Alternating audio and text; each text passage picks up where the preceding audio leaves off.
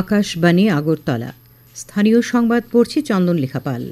এখনকার বিশেষ বিশেষ খবর হলো, ত্রয়োদশ রাজ্য বিধানসভার সপ্তম অধিবেশন আগামী ২১শে মার্চ থেকে শুরু হবে। মুখ্যমন্ত্রী অধ্যাপক ড মানিক সাহা বলেছেন, রাজ্য সরকার সরকারি চাকরি ও কর্মসংস্থানের নানা ক্ষেত্রে রোজগারের পথ প্রশস্ত করছে। প্রধানমন্ত্রী নরেন্দ্র মোদী বলেছেন যে সরকার একটি আত্মনির্ভর ভারতের দৃষ্টিভঙ্গি নিয়ে কাজ করছে এবং সংস্কারের গতি ত্বরান্বিত করেছে। বেঙ্গালুরুতে ৪৫তম জাতীয় মাস্টার্স অ্যাথলেটিক্স প্রতিযোগিতায় ত্রিপুরা প্রথম দিনে ২টি স্বর্ণসহ ৪টি পদক দখল করেছে। ৭৩তম বিএন মল্লিক সর্বভারতীয় পুলিশ ফুটবল প্রতিযোগিতার মহিলা বিভাগের ফাইনালে আসাম রাইফেলস এবং এসএসবি পরস্পরের মুখোমুখি হবে। এবারে আসছে বিস্তারিত সংবাদে। ত্রয়োদশ রাজ্য বিধানসভার সপ্তম অধিবেশন আগামী ২১শে মার্চ থেকে শুরু হবে। এই অধিবেশনে ২০২৫-২০২৬ অর্থ বছরের পূর্ণাঙ্গ বাজেট পেশ করা হবে। রাজ্যপাল ইন্দ্রসেনা রেড্ডি নাল্লো আগামী ২১শে মার্চ সকাল ১১টায় ত্রয়োদশ রাজ্য বিধানসভার সপ্তম অধিবেশন আহ্বান করেছেন। মুখ্যমন্ত্রী অধ্যাপক ড মানিক সাহা বলেছেন, রাজ্য সরকার সরকারি চাকরি ও কর্মসংস্থানের ক্ষেত্রে নানা পথ খুলে দিয়ে রোজগারের পথ প্রশস্ত করছে। এর ফলে মানুষের মাথাপিছু গড় আয় বাড়ছে। আজ বিকেলে কৈলাসহরের চণ্ডীপুর ব্লক কার্যালয় প্রাঙ্গণে আয়োজিত উন্নয়নমূলক বিভিন্ন প্রকল্পের উদ্বোধন ও ভিত্তিপ্রস্তর স্থাপন অনুষ্ঠানে তিনি কথা বলেন। তিনি বলেন, রাজ্য সরকার স্বচ্ছতার সঙ্গে কাজ করছে। বহির্রাজ্য থেকে বিনিয়োগকারীরা রাজ্যে আসছেন, ফলে আগামী দিনে রাজ্যে শিল্প ও বাণিজ্য প্রসারের ব্যাপক সম্ভাবনা দেখা দিয়েছে। আমাদের মাননীয় প্রধানমন্ত্রীজি বারবার বলছেন যে অ্যাক্ট ইস্ট পলিসি, যখন উনি বলছেন যে নর্থ ইস্ট যদি ডেভেলপ না হয় তাহলে ভারতবর্ষ কোনো অবস্থায় ডেভেলপমেন্ট হবে না, এবং সেই দিশায় কিন্তু যেমন কথা তেমনি কাজ। সেই কাজটা এখন শুরু হয়ে গেছে, তীব্র গতিতে শুরু হয়েছে, আপনারা সবাই দেখছেন। অনুষ্ঠানে বক্তব্য রাখেন যুব বিষয়ক ও ক্রীড়ামন্ত্রী টিঙ্কু রায়, ঊনকোটি জেলা পরিষদের সভাধিপতি অমলেন্দু দাস, জেলা শাসক দিলীপ কুমার চাকমা প্রমুখ। উপস্থিত ছিলেন ত্রিপুরা শিল্প উন্নয়ন নিগমের চেয়ারম্যান নবাদুল বণিক, রাজ্য ওয়াকফ বোর্ডের চেয়ারম্যান মবস্বর আলী প্রমুখ। আজকের অনুষ্ঠানে মুখ্যমন্ত্রী ২৪,২৬,০০,০০০ টাকা ব্যয়ে নির্মিত ১৭টি প্রকল্পের উদ্বোধন করেন এবং ২১টি প্রকল্পের শিলান্যাস করেন। এই ২১টি প্রকল্পের জন্য ব্যয় হবে ১৪৩,৯০,০০,০০০ টাকা। অনুষ্ঠানে কর্মরত অবস্থায় প্রয়াত চা বাগিচা শ্রমিক রামজয় পালের স্ত্রীর হাতে ৯,৭,৮৭৫ টাকার চেক তুলে দেওয়া হয়। তাছাড়া স্বসহায়ক দলগুলির উৎপাদিত সামগ্রীর ব্র্যান্ডের সূচনা করেন মুখ্যমন্ত্রী।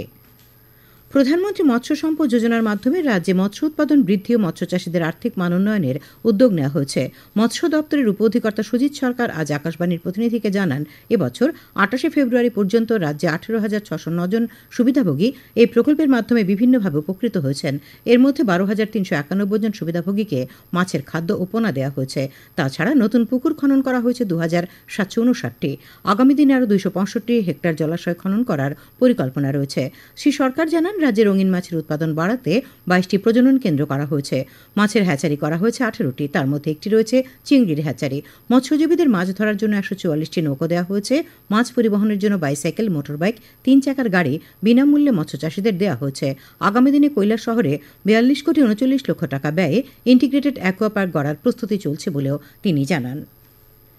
উপজাতি কল্যাণমন্ত্রী বিকাশ দেববর্মা আজ মহাকারণে আত্মসমর্পণকারী জঙ্গি নেতাদের সঙ্গে বৈঠক করেছেন। এই বৈঠকে টিইউআইপিসি, এনএলএফটি, এটিটিএফ এর নেতৃবৃন্দ উপস্থিত ছিলেন। মন্ত্রী শ্রী দেববর্মা বৈঠকে আত্মসমর্পণকারীদের বক্তব্য শোনেন। তিনি জানান, আত্মসমর্পণকারীদের আর্থসামাজিক উন্নয়নের জন্য রাজ্য এবং কেন্দ্রীয় সরকার বিভিন্ন পরিকল্পনা নিয়েছে।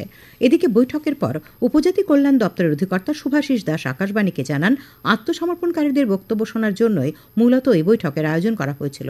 তারা জমির পাট্টা, আধার কার্ড সহ বিভিন্ন নথি তৈরি করে দেয়া আত্মসমর্পণকারী জঙ্গিদের সমস্ত মামলা প্রত্যাহার করা সহ সরকারি আবাসনের দাবি জানিয়েছেন। তিনি আত্মসমর্পণকারীদের বিভিন্ন বিষয় প্রশিক্ষণ দেওয়ার উপরও গুরুত্ব আরোপ করেন। শ্রী দাস জানান, কেন্দ্রীয় সরকারের পক্ষ থেকে এককালীন যে প্যাকেজ ঘোষণা করা হয়েছে তা নিয়ে পরবর্তী সময় আলোচনা করা হবে। খবর প্রচারিত হচ্ছে আকাশবাণীর আগরতলা কেন্দ্র থেকে। আকাশবাণীর সংবাদের আপডেট পেতে লগ ইন করুন www.newsonair.com এবং নিউজ অন এয়ার অ্যাপ এবং টুইটার ও ফেসবুক প্ল্যাটফর্মে এআইআর নিউজ অ্যালার্টসে। ইউটিউবে লক্ষ্য রাখুন নিউজ অন এয়ার অফিসিয়ালে। তাছাড়াও আকাশবাণী আগরতলার সংবাদ আপডেট পেতে দেখুন টুইটার বা এক্স হ্যান্ডেলে আকাশবাণী নিউজ আগরতলা, ফেসবুকে এআইআর নিউজ আগরতলা এবং ইউটিউবে আকাশবাণী নিউজ আগরতলা। প্রধানমন্ত্রী নরেন্দ্র মোদী আজ বলেছেন যে সরকার একটি আত্মনির্ভর ভারতের দৃষ্টিভঙ্গি নিয়ে কাজ করছে এবং সংস্কারের গতি ত্বরান্বিত করেছে। তিনি বলেন, গত 10 বছর ধরে দেশ ধারাবাহিকভাবে সংস্কার, আর্থিক শৃঙ্খলা, স্বচ্ছতা এবং অন্তর্ভুক্তিমূলক প্রবৃদ্ধি দেখছে এবং তার প্রতিশ্রুতি প্রদর্শন করেছে সরকার। অর্থনীতিতে এমএসএমইর গুরুত্ব সম্পর্কে বলতে গিয়ে শ্রী মোদী বলেন, এমএসএমই একটি দেশের অর্থনৈতিক প্রবৃদ্ধিতে রূপান্তরমূলক ভূমিকা পালন করে। প্রবৃদ্ধি, উৎপাদন, রপ্তানি এবং পারমাণবিক শক্তি মিশন, নিয়ন্ত্রণ, বিনিয়োগ ও ব্যবসা সহজীকরণ ও সংস্কারের চালিকা শক্তি হিসেবে এমএসএমই এই বিষয়ে আয়োজিত বাজেট পরবর্তী ওয়েবিনারে ভাষণ দিচ্ছিলেন প্রধানমন্ত্রী। তিনি উল্লেখ করেন যে স্থিতিশীল নীতি এবং একটি ভালো ব্যবসায়িক পরিবেশ উন্নয়নের জন্য অত্যন্ত গুরুত্বপূর্ণ।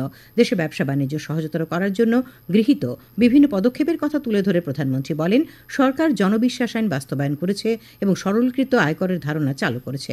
তিনি বলেন, বাজেটে উৎপাদন ও রপ্তানির প্রচারের জন্য গুরুত্বপূর্ণ পদক্ষেপ নেওয়া হয়েছে।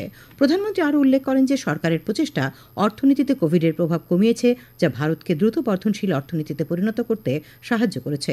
তিনি বলেন, বিশ্বের বিভিন্ন দেশ ভারতের সঙ্গে তাদের অর্থনৈতিক অংশীদারিত্ব জোরদার করতে চায়। वर्षों में भारत ने लगातार रिफॉर्म्स, फाइनेंशियल डिसिप्लिन, ट्रांसपेरेंसी और इंक्लूसिव ग्रोथ को लेकर अपनी प्रतिबद्धता दिखाई है। कंसिस्टेंसी और रिफॉर्म्स का एश्योरेंस एक ऐसा बदलाव है जिसकी वजह से हमारी इंडस्ट्री के भीतर नया आत्मविश्वास आया है। কেন্দ্রীয় পঞ্চায়েতি রাজমন্ত্রী রাজীব রঞ্জন সিং বলেছেন, সারা দেশে প্রায় 14 লক্ষ মহিলা পঞ্চায়েতি রাজ প্রতিষ্ঠানের সঙ্গে যুক্ত।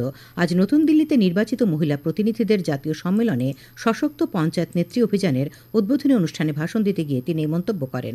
শ্রী সিং বলেন যে সরকার নারীর ক্ষমতায়নের জন্য লক্ষপতি দিদি এবং নমড্রোন দিদি প্রকল্প সহ বেশ কয়েকটি উদ্যোগ নিয়েছে। তিনি মহিলাদের মধ্যে আত্মবিশ্বাস জাগানোর জন্য পঞ্চায়েতি রাজ প্রতিষ্ঠানগুলিতে দক্ষতা উন্নয়নের প্রয়োজনীয়তার কথাও বলেন।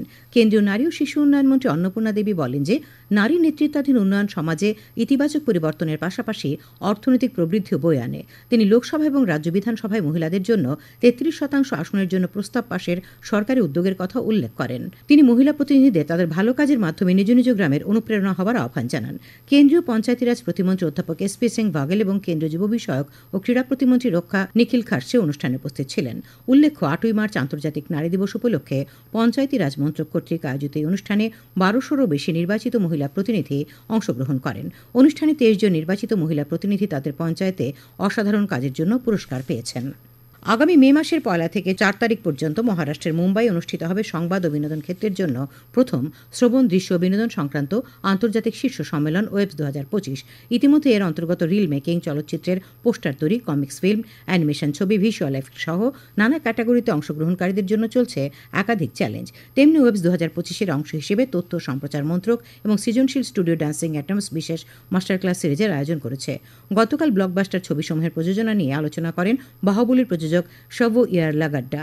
আজ প্রযোজনা নিয়ে বলেন অস্কারজয়ী প্রযোজক গুনিত মঙ্গা। তিনি ভারতীয় চলচ্চিত্রকে বিশ্ববাজারে নিয়ে যাওয়ার কৌশল সহ প্রযোজনা, অর্থ যোগান ও বন্টন বিষয়ে আলোকপাত করেন। আগামীকাল অ্যানিমেশন চরিত্র এবং তার নির্মাণ নিয়ে বলবেন বিশেষজ্ঞ আর্নাওয়েল্লে লোপেজ। 6ই মার্চ যে কোনো মাধ্যমে কাহিনীর সৃষ্টি উপস্থাপনা নিয়ে আলোচনা করবেন চিত্রনাট্য লেখক ও সাংবাদিক অনু সিং চৌধুরী। আইপিএফটির ষোড়শ প্রতিষ্ঠা দিবস আজ আগরতলার সুপারিবাগানস্থিত দশরথদেব স্মৃতিভবনে উদযাপন করা হয়। উপস্থিত ছিলেন দলের সাধারণ সম্পাদক তথা সমবায় মন্ত্রী শুক্লাচরণ নোয়াতিয়া। সভাপতি প্রেমকুমার রিয়াংও উপস্থিত ছিলেন। খেলার খবর। বেঙ্গালুরুতে 45তম জাতীয় মাস্টার্স অ্যাথলেটিক্স প্রতিযোগিতায় ত্রিপুরা প্রথম দিনে 2টি স্বর্ণসহ 4টি পদক দখল করেছে। পুরুষদের 35 থেকে 39 বছরের বিভাগে হাই জাম্পে লিটন দেব বর্মা এবং মহিলাদের 50 থেকে 54 বছরের বিভাগে 1500 মিটার দৌড়ে মিতালি দেবনাথ স্বর্ণপদক ছিনিয়ে নেন। তাছাড়া মহিলাদের 30 থেকে 34 বছরের বিভাগে 100 মিটার হার্ডেলসে শাহানারা বেগম এবং পুরুষদের 35 থেকে 39 বছরের বিভাগে 110 মিটার হার্ডেলসে রিপন দাস ব্রোঞ্জ পদক পান। 73তম বিএন মল্লিক সর্বভারতীয় পুলিশ ফুটবল প্রতিযোগিতার মহিলা বিভাগের ফাইনালে আসাম রাইফেলস এবং এসএসবি পরস্পরের মুখোমুখি হবে। আগামী 6ই মার্চ ফাইনাল খেলা হবে। আজ উমাকান্ত মিনি স্টেডিয়ামে 2টি সেমিফাইনাল অনুষ্ঠিত হয়।